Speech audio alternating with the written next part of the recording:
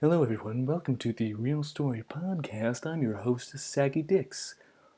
Now, in all honesty, it's been a while since I've done one of these, and just felt like getting back to it and doing another one because I had fun the last two times. So, before we start this, let me get something right off the bat. I do not like how this film turned out at all. I think the writing is atrocious. I think some performances are atrocious. I think the editing is atrocious. I think the way it's shot is atrocious.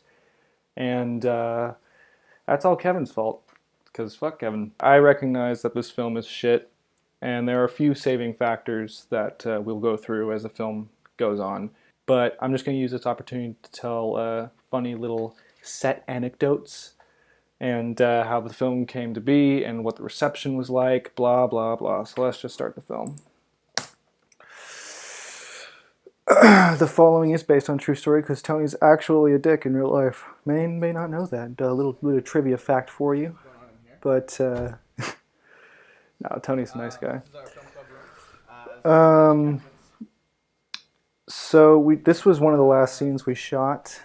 That was actually written on the board with permanent marker, if you can't actually tell. Tony just told me that there was a little trick where you can write on Sharpie and then go over it with Expo marker, and then you can just erase it like that, which was a nice little trick. You know, changed my life and all that shit.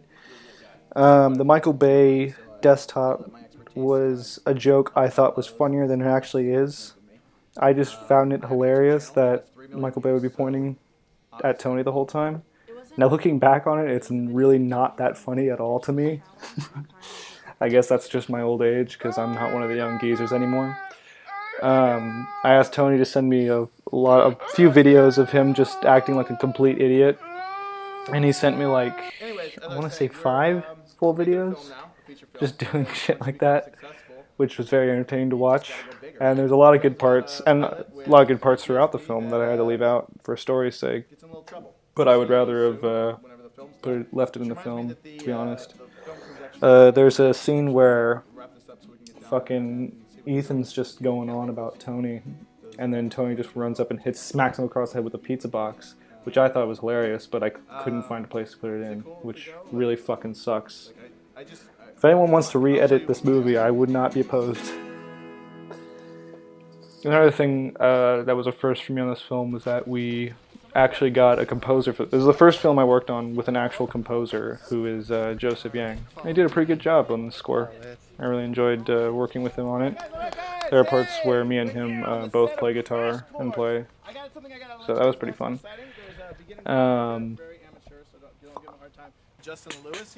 My little fourth wall break and my little pea coat, so I look like more of a faggot. And what can I talk about? There's Marcus's cameo over there. This was the first time I actually worked with Film Club, so I didn't really know some of the people in this film as much as I do now. For instance, Ethan and Sam. And the audition process, this was also the first film I worked on where I actually had an audition process. And there were a lot of great auditions. There were a few ones. Little American Sniper joke there.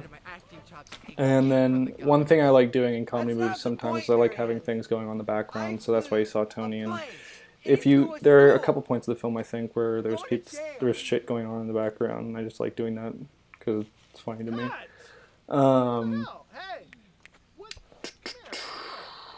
Travis nailed the idiot role.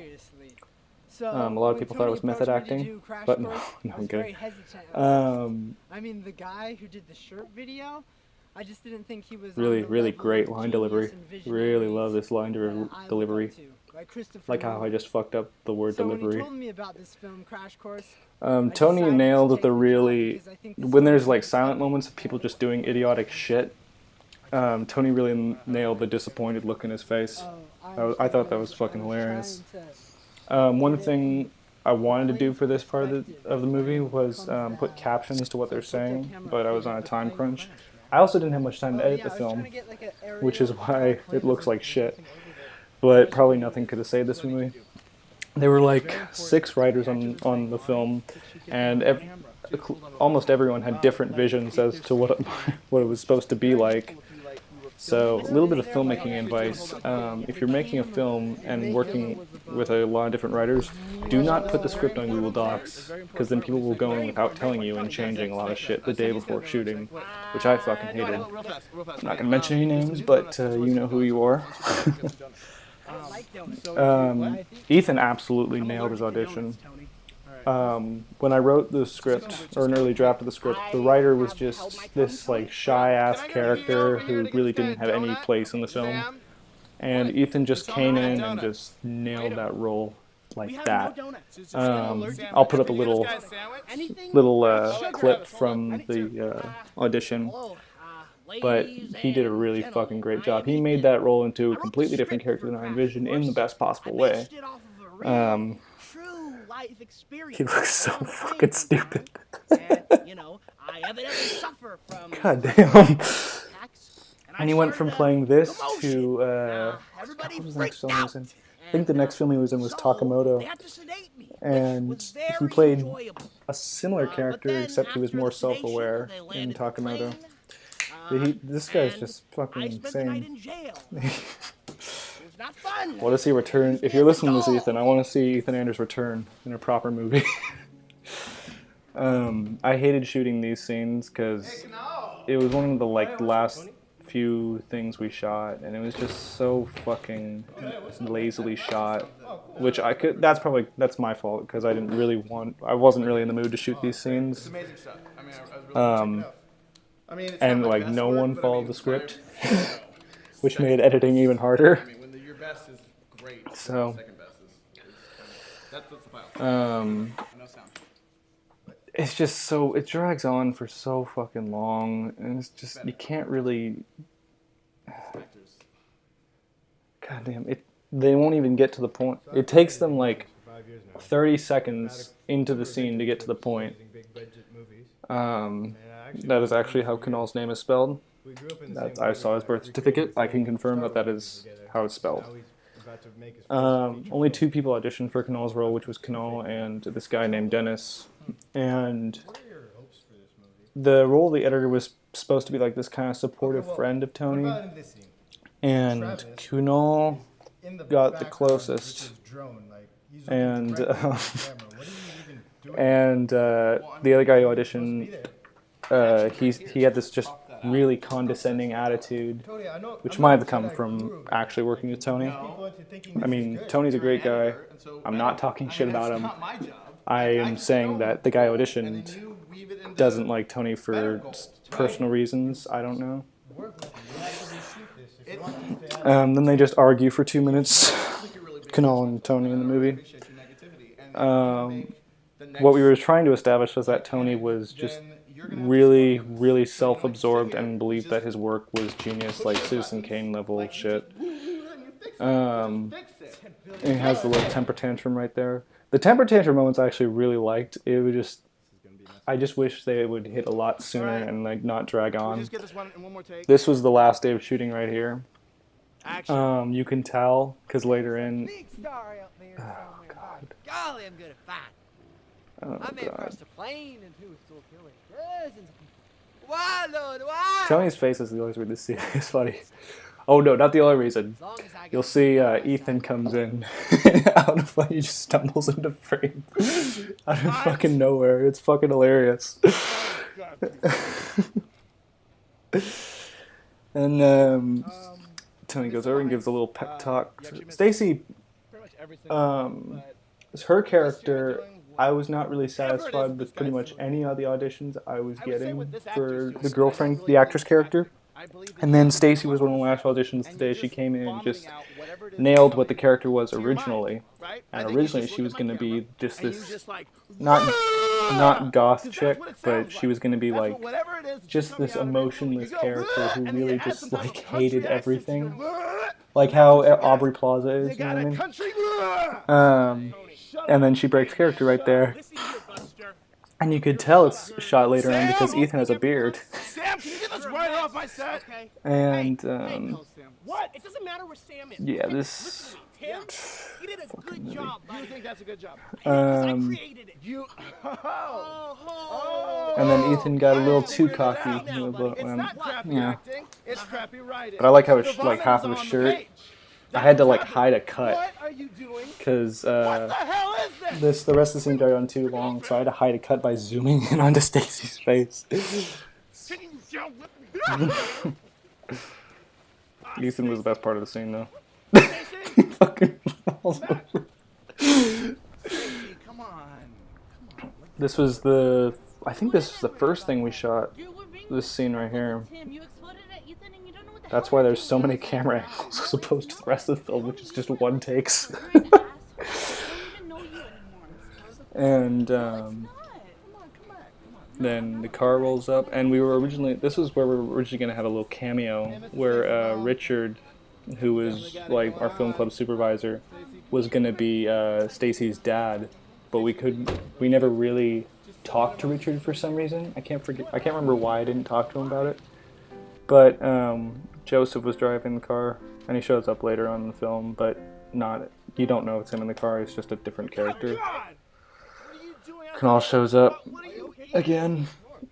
Peel it. Can nobody do anything right? Nobody knows. In Tony's defense, that is not how you eat a fucking orange or whatever the fuck he was eating. I can't remember if we got any noise complaints or not from all the yelling in these, because there were classes going on next door and everything. Stay in here. What do you mean? You could tell like a lot of people are just getting tired of this film. Wants to get out. Finish the film. Oh, you can't be serious. I wish he threw the trash can at him. That would have been funny. That would have made this scene like worth it. And this scene was scripted a different way, but everyone wanted to leave, so everyone was just like, just shoot this in one take, and then so we can go home. So, and Ethan doesn't have a beard anymore. He has stubble, but he doesn't have a beard anymore. I'm talking to them. I don't like You're not even supposed to be on this set. I just What are you doing? You ate all the food. I told you to have a donut. That doesn't. You can see some people are starting to smile I asked for because they can't take Tony seriously. Hey, don't even start. But Don't even trying start. to think. Fuck. Everyone, just you all I really should start making notes before I start doing commentaries. That would make these commentaries more entertaining. Little Sam's walk away with the middle finger. I don't think Tony's managing the set very well. That's one cutaway. That was the take where Tony hits Ethan over the head with the pizza box. But that was later on in that same take. I just only used a little bit of it. Yeah, well. Yeah, I love that character. Ethan seriously saved that fucking character.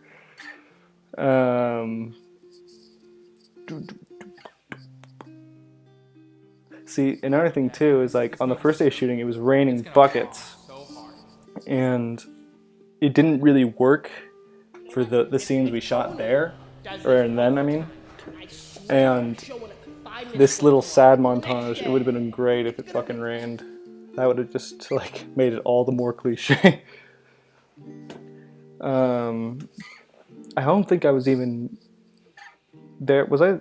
No, I was off. I forget what I was doing. I think I was off recording the soundtrack and my DP deal and just record parts of the sad montage. This part I was here for. This was actually, I was wrong before. This was the very last day of shooting. We shot this the day of the 8-hour competition.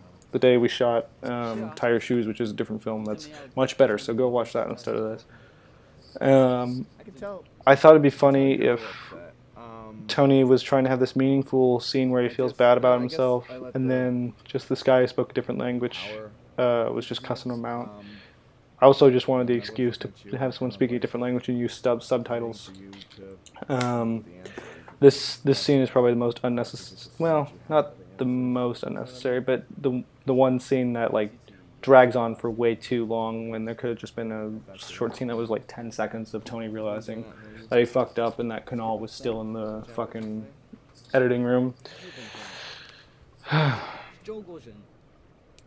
If I were to like remake this, well, hold on, there's a lot of things I would do if I remade this. If one of the things I would do to make this is I would have them have the subtitles be more, I guess, edgy.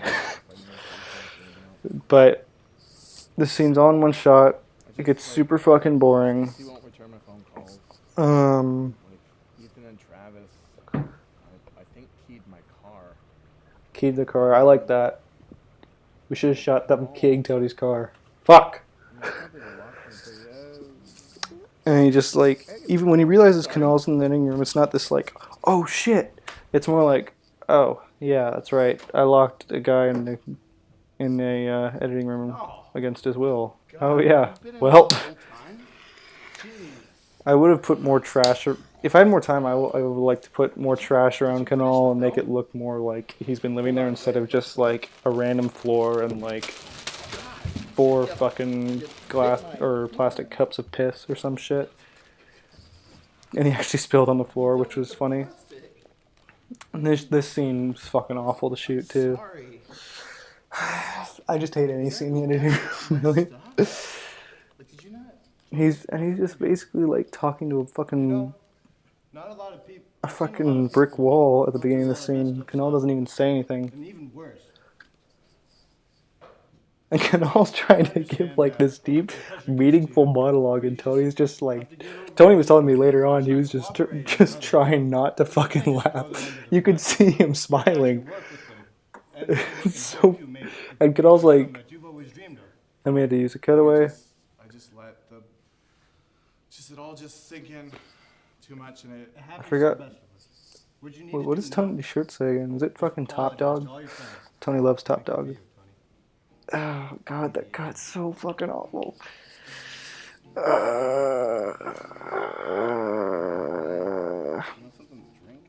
And then Tony just drinks piss because we resorted to potty humor, where we sunk that low. And then just takes another sip. That was a good little cut. The premiere of my new film, Crash Course, will be tomorrow, 8 o'clock in the Forum. It's just not going to be very good. Sorry. How apt. It has nothing to do with The film, writer or here's the something editor or most the film actor. buffs won't know, is that It's all me. the fact that Tony's film Crash Course is pure and utter shit is a metaphor to this film being pure and utter shit. So it's like cake, there's layers. Or like an onion, that's the fucking food I was looking for. It's a metaphor. It's an artistic metaphor. That's what this film is. And there's no reason for him to attempt the shirt challenge again. There's really no reason. I forget whose idea it was. I think it was either mine or Tony's to do it again. But there was no fucking reason it should have happened other than just to make the audience laugh.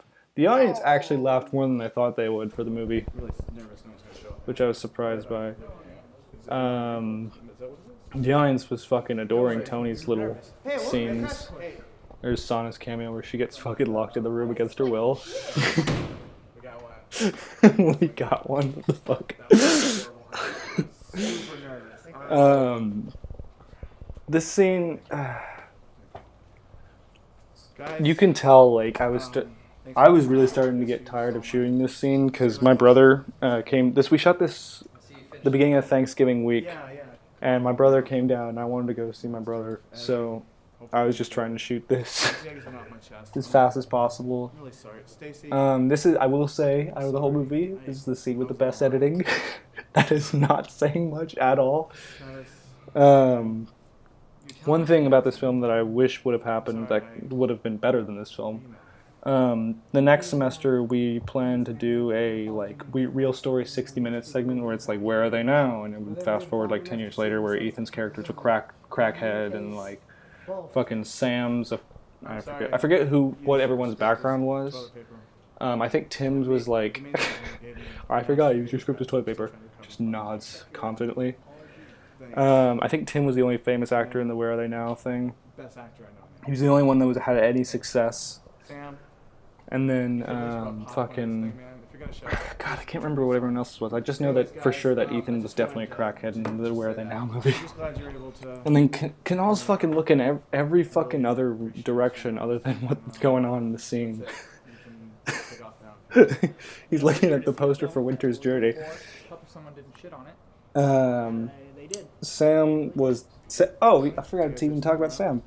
Sam wasn't even written in the script, and we just needed extras. And one day he came on, and we were doing just improv, and Sam kind of did this like abused PA that was super self-aware of how shitty everything was. So whenever Sam's on screen, he's kind of like, he knows the movie's shit, and he's just fucking owning it. Like, you can even see Sam in the background as he goes and takes a seat behind everyone.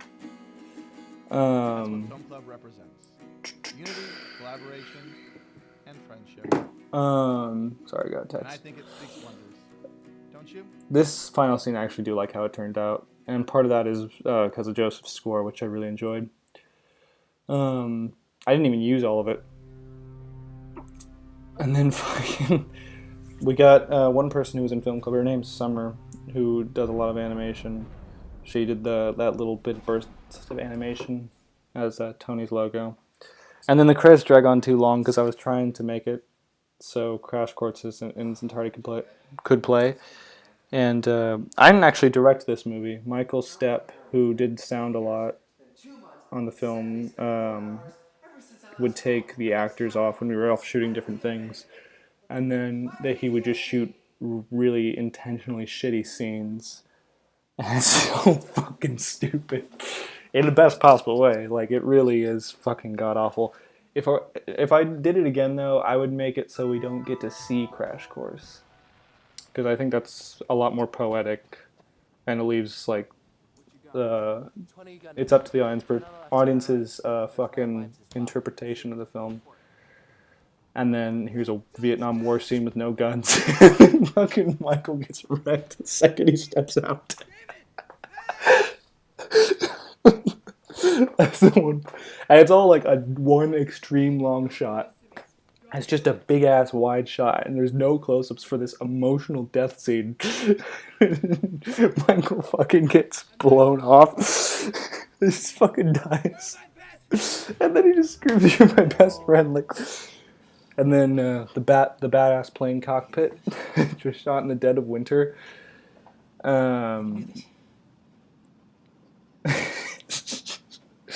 This is actually the best part of the movie. This part's fucking hilarious. The only good part about the movie is the intentionally shitty movie they made. How fucking terrible is that? And this part's just great. Great as always. This part, what we were doing here, oh, it's Up Dog. That's what the shirt says. This one part here, it was, one of the early ideas was that because everyone quit after Tony's outburst, Tony basically shot the rest of the film by himself. My flying career is over. And I think it would have been better if we just used the actors for it, to be honest. It would have made more sense anyway, because a lot of people were confused in the theater where this premiered when it was just Tony just reading off lines off a script. It's fucking stupid. And I ran out of credits, so I just started putting bullshit on, like, shot on a Canon Rebel TI, shot on location at Diablo Valley College. Yeah, no fucking shit. You really believed in me. No Ethans were harmed. Fuck, dude, this is cringe fest. Fuck. And why is that that should have been early? Fuck. All right. I'm just fucking talking shit about myself right now, and I had to put it at the end because I had to. It's fucking stupid. This is just fucking awful. Anyway, so look on the I can't wait for the Real Story Cinematic Universe to start, where we have every character gets their own crossover standalone movie. Can't wait for the next film where Ethan goes fucking killing the president. That brings us to the end of this commentary. So go watch a better film. Bye.